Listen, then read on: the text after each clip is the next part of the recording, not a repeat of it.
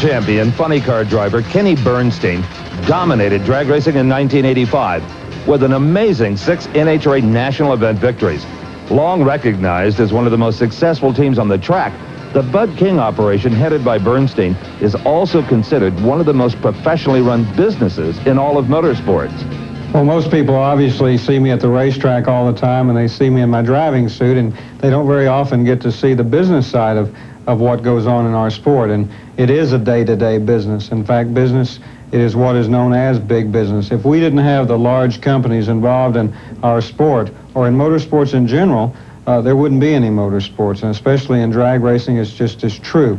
Without the major companies involved, you people that are sitting at home now watching this TV and come to the races wouldn't have anything to see out here. There wouldn't be any cars. There wouldn't be any sponsorships, no cars, no personalities, no names, nothing happening, because we have to have those companies come to the party to make it happen for us as team owners and drivers. Today, I spend probably 75% of my time in the business area. I enjoy the part of doing business. It's almost as good as the driving, because it is a challenge to be able to put together programs, ideas, merchandising, marketing, public relations for the sponsor so they can get their money's worth. They're advertising. That's what they're doing. That's what this is all about. Obviously, the results that the fans see at the racetrack are the cars, the Budweiser King Ford Tempo. For instance, they get to see that car out there performing. The Pro Stocks of Bob Glidden and Frank Iaconio, the true Thunderbirds of the sport.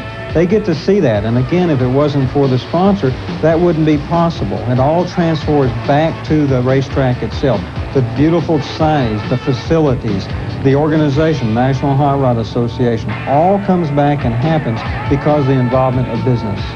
Well, obviously, it takes a lot of people to be successful in anything, and the key is the right people, the right personnel in the right position. In Orange, California, for instance, at my Budweiser King shop, I have Susan Arnold, who's in charge of public relations for the Budweiser King. Also in that shop is Ray Alley, who runs the day-to-day business on the King Racing Components Company, which we set up to sell the computers that Dale and Ray produced and market, etc. And then the one that's the most important, the one that takes care of all of it, Dale Armstrong, the crew chief of the Budweiser King, that really enables me to have the time to do the business side that needs to be done. Our second office is located in Indianapolis, Indiana. Of course, a home of all kinds of speed, needless to say. And that's King Sports Incorporated, which is a sports marketing, public relations, promotion type company headed by John Dangler, the president of that company.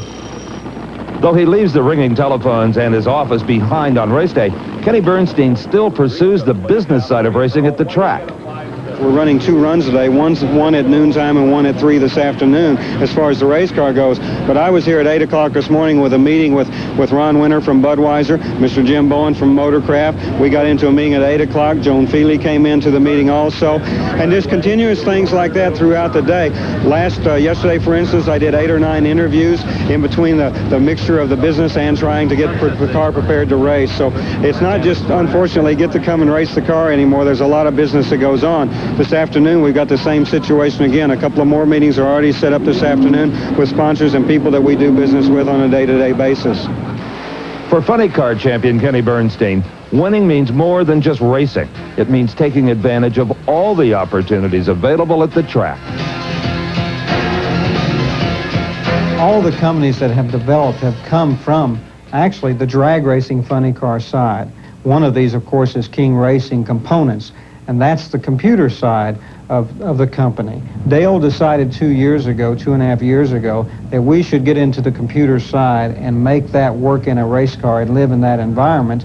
Well, when it was finally developed and was decided that we were going to market and sell it, which I wasn't so sure I wanted to do and give it to my competition, but Dale convinced me if we didn't do it, someone else would, that we should take advantage of it, then a company had to be formed. The next company that I started was King Sports. And this really evolved from being at the racetrack with the sponsors and the companies that were involved in our sport of drag racing.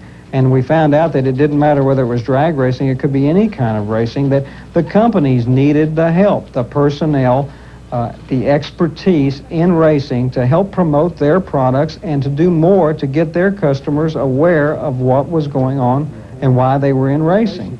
And I just felt that King Sports was a really important thing that could benefit people like Goodyear and and Budweiser and Ford and Motorcraft to really expand those people into areas that they didn't have the personnel to take care of or the expertise.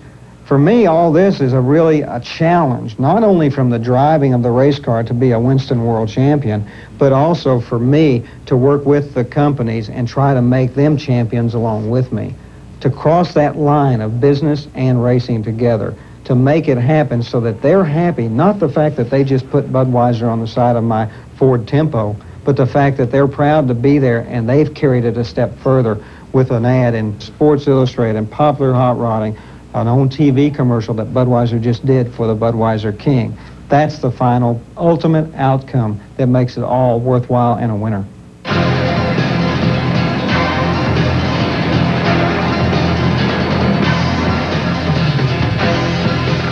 Back, everybody. I'd like for you to meet the world-famous custom automotive painter, Bill Carter.